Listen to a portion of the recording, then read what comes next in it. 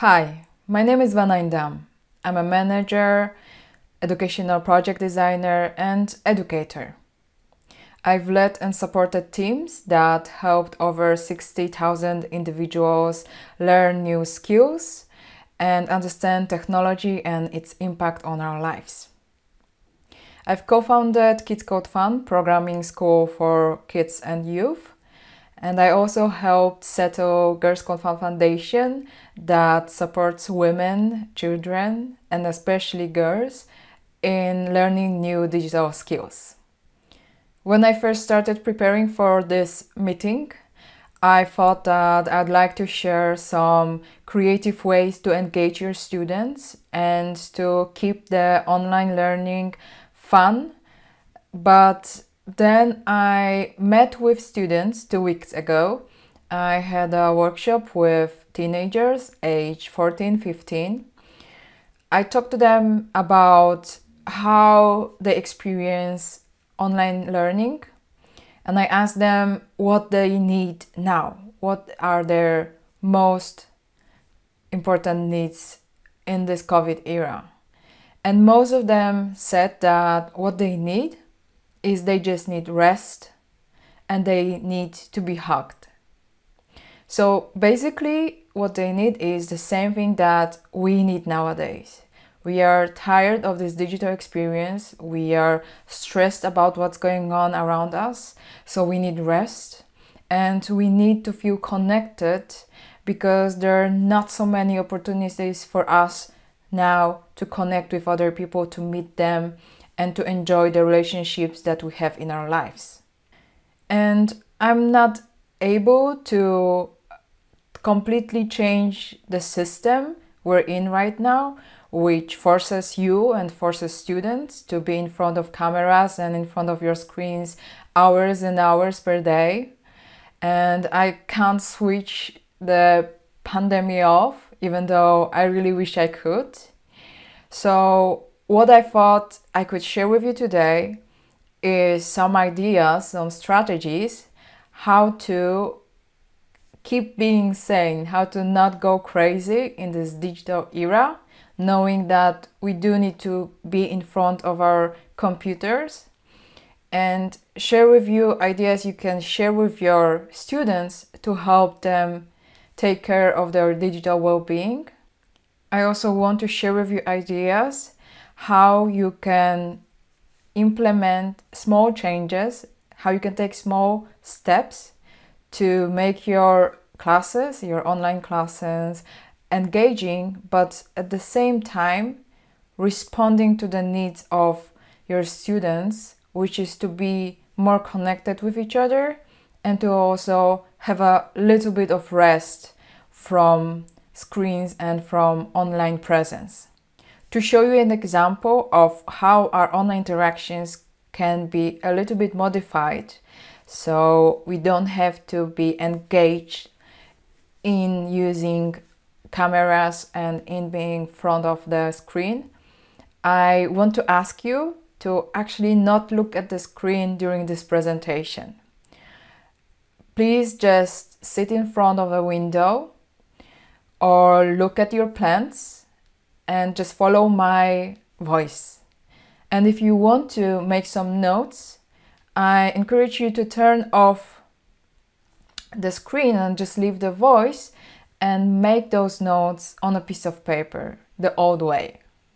Why I decided to share with you ideas on how to reshape how you use technology in your classes and also reshape how you use technology and how your students use it on a daily basis. I know that you've heard about how addictive our smartphones and technology can be, and I know that you heard about negative impact it has on our lives. But the conversation throughout this year needs to change a lot, because comparing to what we thought about and what to discuss about limiting our use of technology needs to adjust to the reality that is now in front of us. And the reality is that we cannot disconnect ourselves now. We are forced to use technology to be able to work, to be able to learn, to be able to communicate with each other. This is why it's so important to not forget to take care of our digital well-being. And it's not always about going completely offline. And it's not only about limiting the use of technology. Going offline and starting meditating instead of being in front of the computer, it's not a solution right now. And I know that you as teachers, you're just drowning in work. You have so much to do, and yet still you are here because you want to be better teachers. You're spending your free time to actually be better digital lecturers, be more engaging, and be more creative. I'm not asking you to limit completely the technology you use for benefit of your students. I will be asking you to change a little bit how you think about how your classes could look like and your role as a computer science teachers, because you're not only now providing very valuable knowledge that will be necessary for your student to succeed in the workforce where digital skills will be the main focus, but you can also be role models in shaping how students interact with technology and how they build that relationship with technology in a way that also responds to their need to not being constantly tired of it, to create habits and mindset that helps them be well, but still using the digital tools that we have. According to research of App Annie, in 2020, our time spent online, our time spent with digital apps became longer on daily average. We are spending 45 minutes more every day in front of our screens. And 45 minutes per day, it means around 22 hours per month. And that, in the course of 12 years of pandemic so far, it's 11 days. So in this year, we spent 11 days more in front of our screens, and those 11 days could be time to rest. This could be our holiday that we all need so bad. Comparing to times before COVID, we are spending more time using digital tools. We are spending it more on mobile apps. The students, the kids, the teenagers are using apps like TikTok that eat up a lot of their time. And TikTok is actually one of the pioneers of building addictive habits. And if you've never been on TikTok, it's basically an application that lets you watch videos without even scrolling, without even interacting. And before TikTok, there was Instagram. All those apps are addictive, but we cannot we cannot forget about the fact that technology also lets us stay connected these times. Technology brings benefit of remote work, remote teaching. This is a way for us now to stay connected with our families, with our friends. It is also a way for us to reduce our stress through games, through entertainment, especially now when the cinemas are closed and there is not much alternative for using your computer both for work and play. Almost every study confirms that why we as educators and adults are focusing on how to patch the holes in remote education in order to meet the curriculum. Most of the students and most of the young people, what they are dealing with, what they're struggling with is loneliness, is lack of ways to meet friends. and basically with this feeling of being tired all the time. And I know that we want to make them happy by creating more engaging activities and trying to keep the way we are teaching somehow similar to the way we were teaching before COVID. But this is not the same. It is impossible to completely copy what we've done before and to make this online learning the same experience. It is more exhausting to learn and to teach in front of a computer. So that's why I want to share with you strategies on how to benefit from technology, but also make the time we're spending learning and teaching online more healthy for us. And not only more healthy, but also supporting our connections and our relationships to others. And we will need that knowledge. We will need that knowledge because there might be years in front of us dealing with this or another pandemic.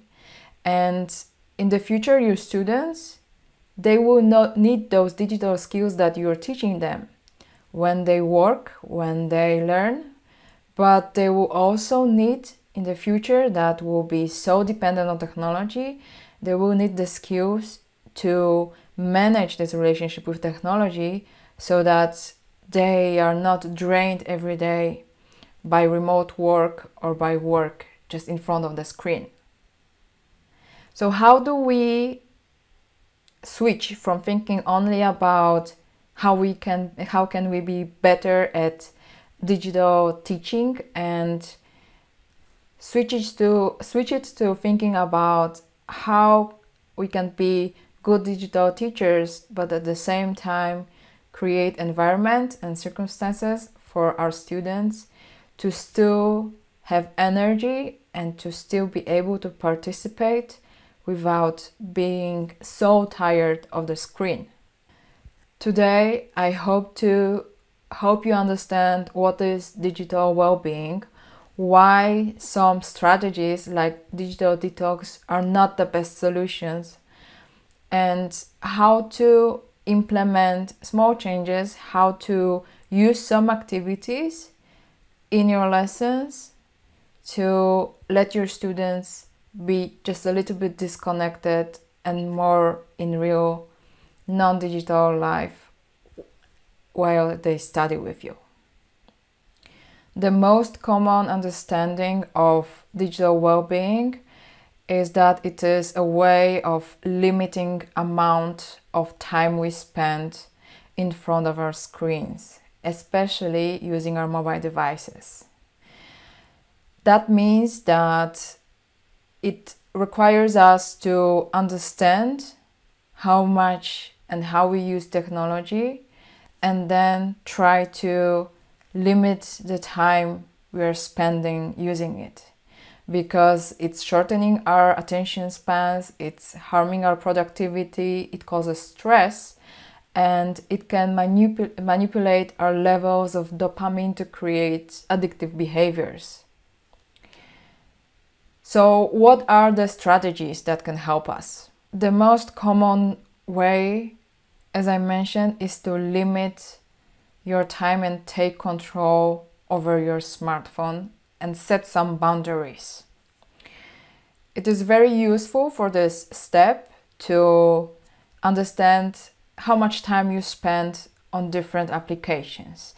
And for that, you can use built-in applications in your devices, or you can use apps like Momentum. But knowing how much time you spend in each of the application is not enough. Research shows that the fact that we're spending more time in front of the screens right now is not necessarily so harmful, because not all time spent in front of the screen is equal. We spend more time connecting with our relatives, spend more time entertaining ourselves. Now both our work and entertainment is in front of the screen.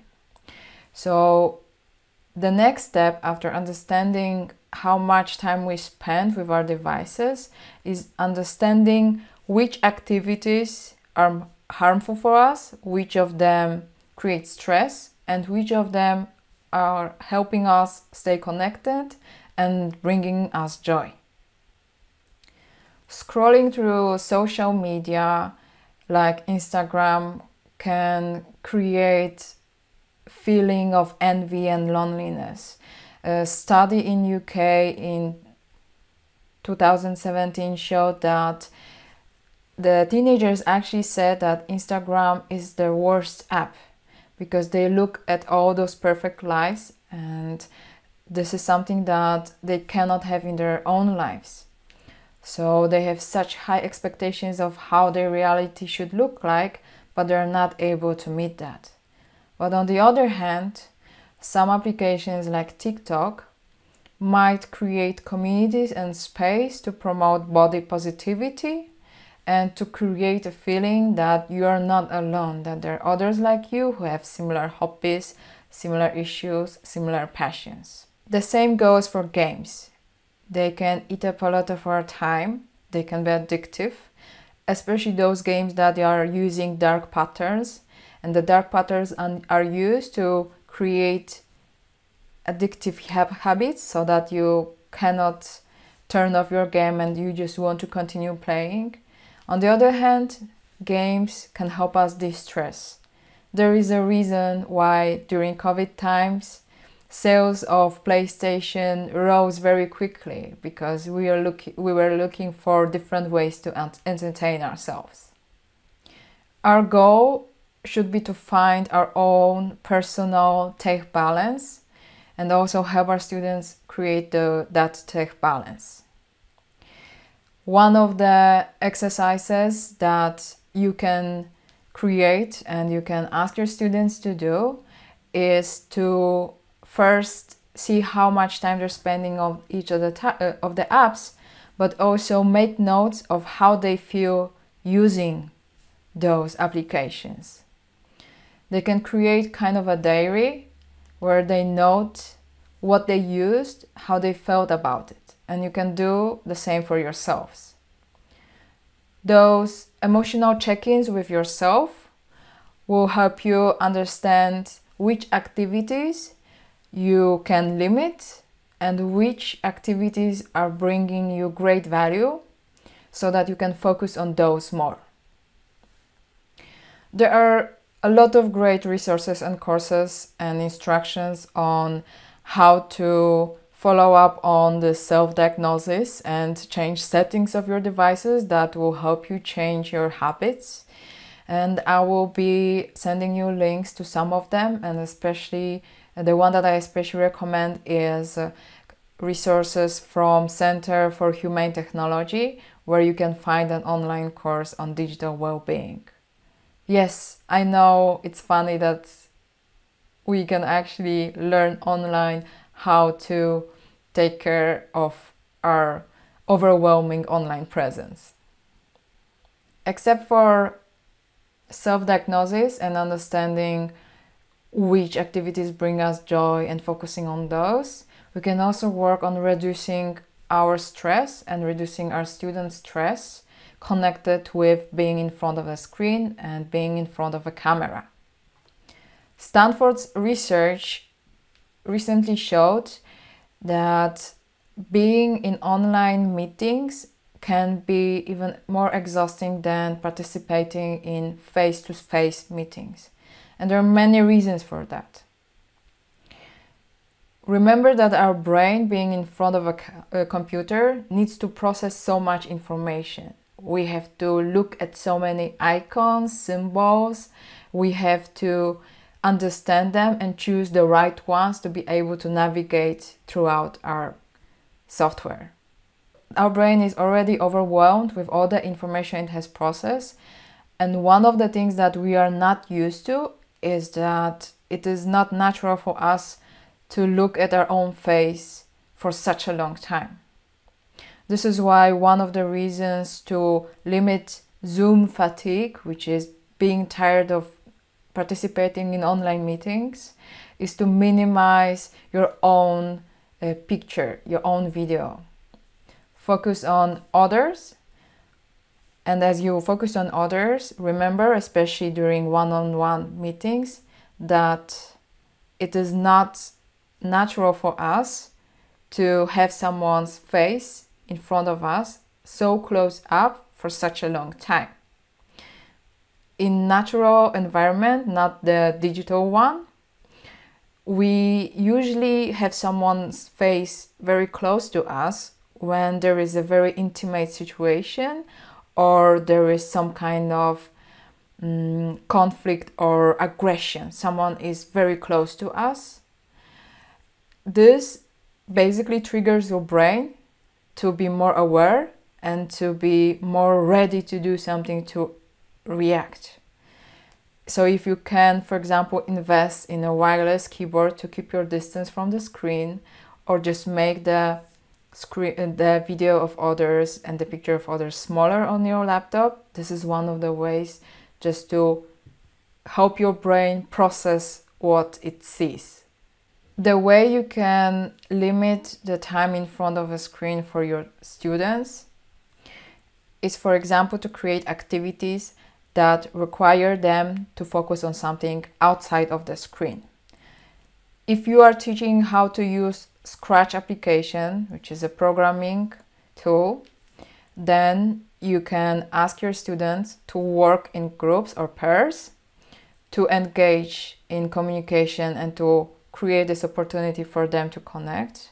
And you can ask one person in a pair to first draw and design a game or interaction that will be later created on Scratch, but first ask them to create it on a piece of paper, and then ask them to describe it to the other person without showing it on the screen, so that the other person can try to create that game interaction on Scratch just through listening through the interactions. And this might be also interesting for students to see what will be a result of something they describe, and it will also help them learn communicate in a more effective way. If you are teaching your students to use graphic design tools, you can do a similar thing. You can ask some of the students or all of the students to, for a moment, to not focus on the screen, just take a piece of paper and draw a simple drawing. And after that, get them to work in pairs, where one person only describes through voice the drawing and the other one tries to recreate it on the screen. Another idea is to ask your students to pre-record their voice or pre-record their video, so that they can engage and use digital tools, but not during a meeting, not during the class, when it might be more stressful to interact with others and to be focused on the screen. So in their time, they can focus on working on their own on a short video or a voice recording, and then share it with others during the class. If you're teaching something that doesn't require students to be in front of the screens all the time, you can do the same thing I ask you to do today. You can ask them just to listen.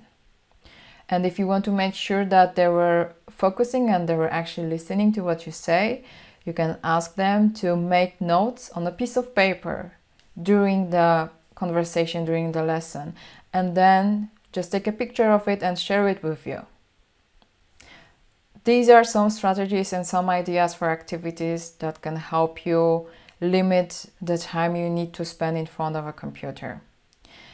And I know that it's been quite popular to engage in digital detox, meaning to fulfill this dream of being disconnected, to spend some time in nature without any of our devices.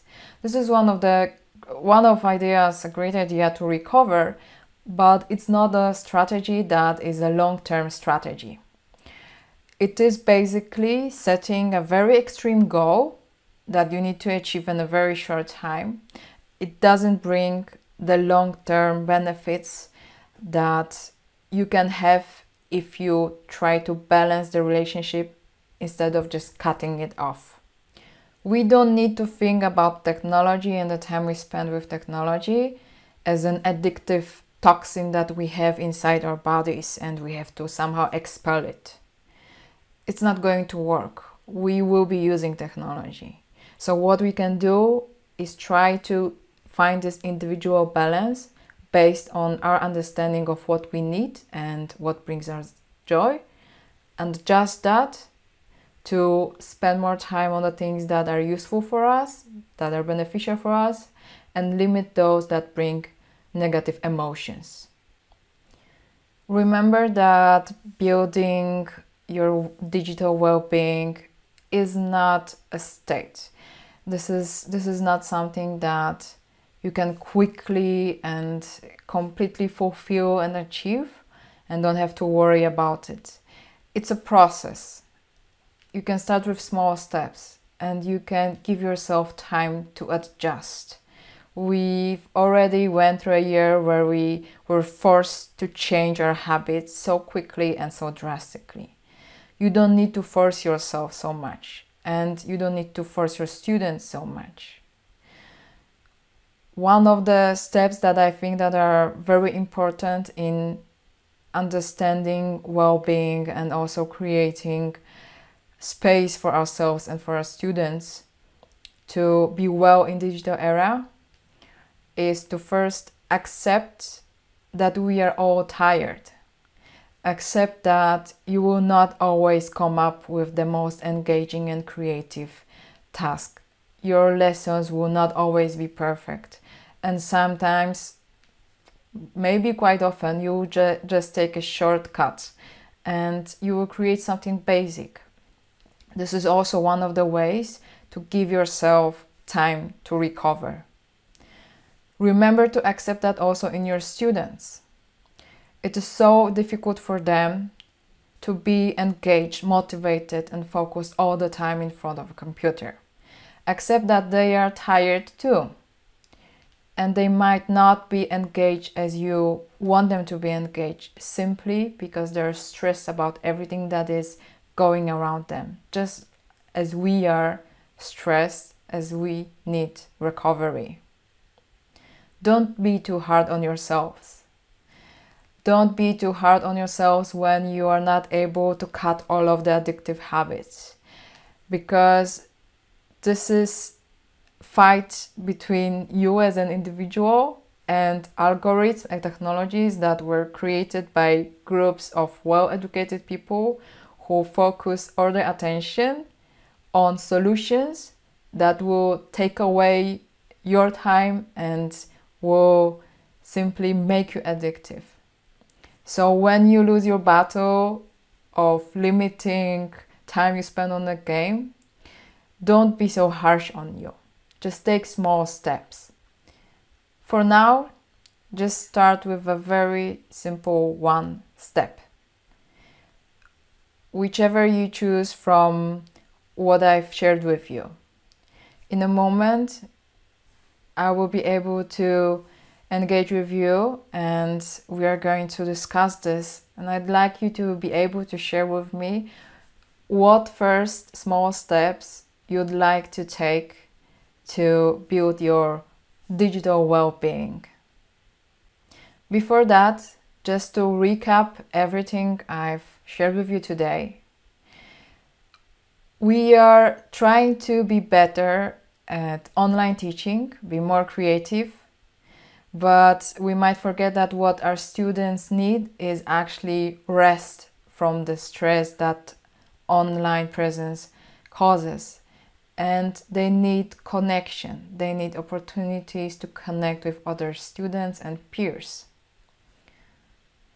Technology is addictive, but it is also beneficial. It helps us stay connected in COVID times. Digital well-being is not about going completely offline. It's about getting the best out of technology and limiting what's negative for us. And there is no one right solution for that. And as computer science teachers, you know how it's like to look for the solution, and you understand that there is not always just one answer to a problem. So try to find your own paths and encourage your students to find their own paths.